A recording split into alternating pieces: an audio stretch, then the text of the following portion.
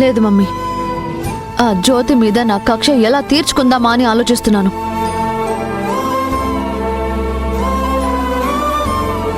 జ్యోతి అలా నమ్మించి మోసం చేస్తుందని నేను అస్సలు అనుకోలేదు. నీ ఉసురు తనకి తగలకుండా పోదు.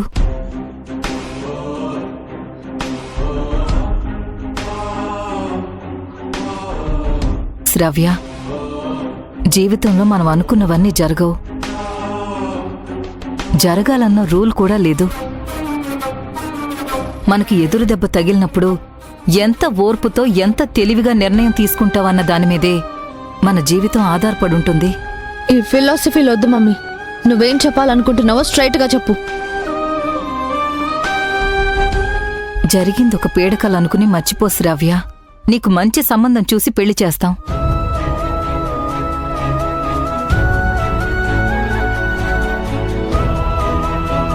నువ్వైనా చెప్పు సర్వేష్.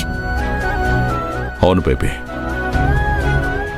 నువ్వు రాజీవ్ని లవ్ చేశావు, మేం కూడా పెళ్లి కోపుకున్నాం. కానీ కారణాలేవైనా రాజీవ్ నీకు తాళి కట్టలేదు. వదిలేసేయమ్మా, అతన్ని పట్టుకుని వేలాడ్డం ఎందుకు? అయినా నీకేం తక్కువమ్మా.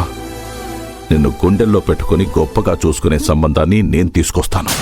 నాకు మానసికంగా రాజీవ్తో పెళ్లి అయిపోయింది. అతనే నా భర్త.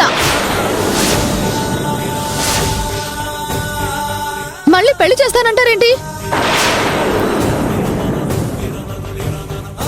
వచ్చినవాడు గుండెల్లో పెట్టుకొని చూసినా, గుడి కట్టి దేవతల పూజించినా నాకొద్దు.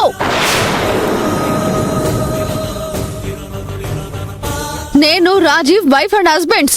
ఇది